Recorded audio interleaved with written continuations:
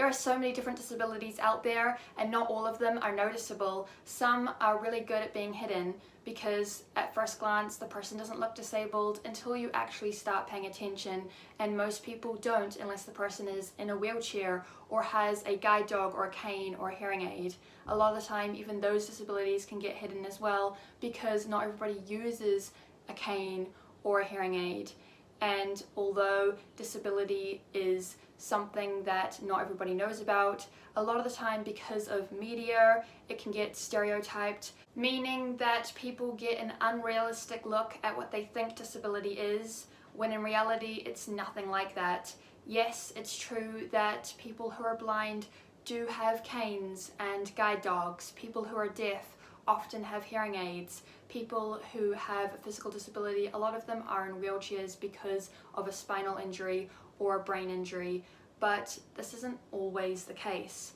There are so many disabilities that get overlooked because they're hidden, and even things like blindness and deafness do get overlooked as well, because just like any other disability, blindness and deafness are a spectrum, meaning that people still can hear quite well or still can see quite well depending on what side of the spectrum they're on.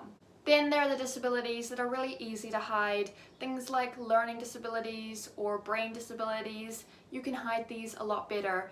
I'm talking about things like dyslexia or autism, although sometimes they can have triggers or they can be noticed by people. Unless someone's really paying attention, a lot of the time these disabilities get overlooked. Even blindness and deafness and other physical disabilities get overlooked because not all blind people use a guide dog or a cane, because depending on how much vision you have, you may not want or need to use a guide dog or may not want or need to use a cane. Same with deafness or hearing impairments. Unless you actually want to be able to hear still, you may not use a hearing aid. You might just use sign language. And if you have something like right hemiplegia, you may not need to use a wheelchair or a walking stick. You might just walk a little bit funny, and unless someone's actually paying attention to the way you walk, they're not really gonna know. So here are 3 hidden disability indicators to look out for if you're unsure if someone's disabled or not.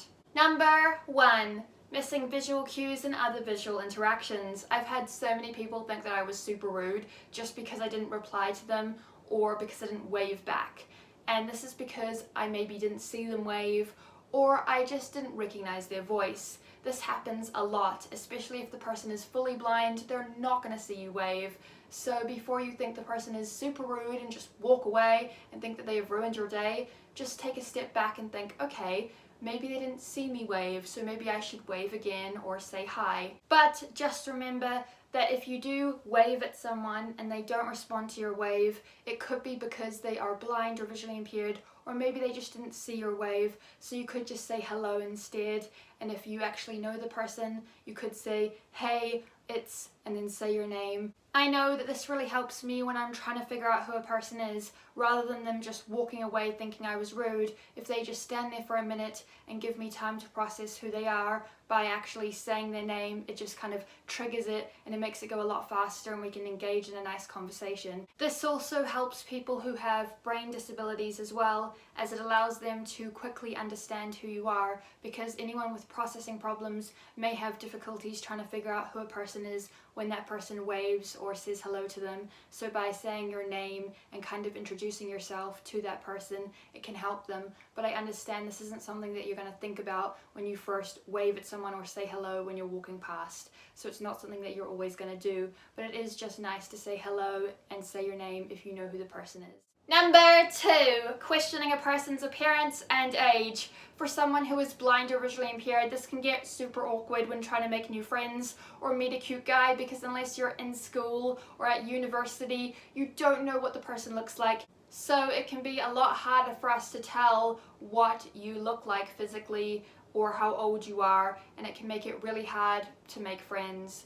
This can often be quite a frustrating and scary thing for someone who is blind or visually impaired, not knowing who they're talking to, how old the person is, or what they look like. Which means that sometimes we can end up in scary situations. So if you are ever at a bar or another place where there are some sketchy things happening or a sketchy person surrounding a blind or visually impaired person or someone you think may have a vision impairment, just go over to them, introduce yourself, tell them what's going on. I know it can be scary to walk up to a stranger and do this, but the person who is blind or visually impaired can't see you. They can't go and ask for help. So just tell them what's happening and try to protect them as best you can.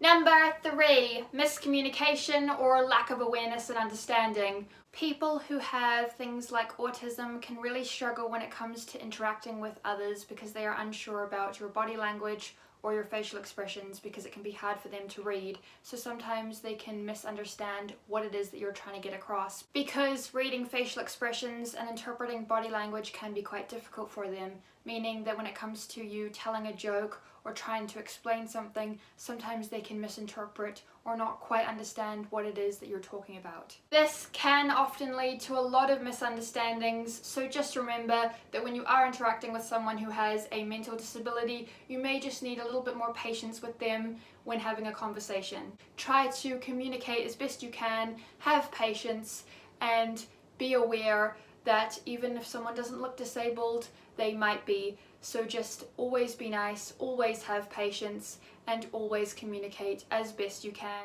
Thank you so much for watching another video. I hope that you enjoyed it. If you did, then don't forget to smash it a big thumbs up. Share this video with your friends if you liked it. Also don't forget to subscribe and ring that bell to get notified every time I upload a new video, and I will see you in my next video.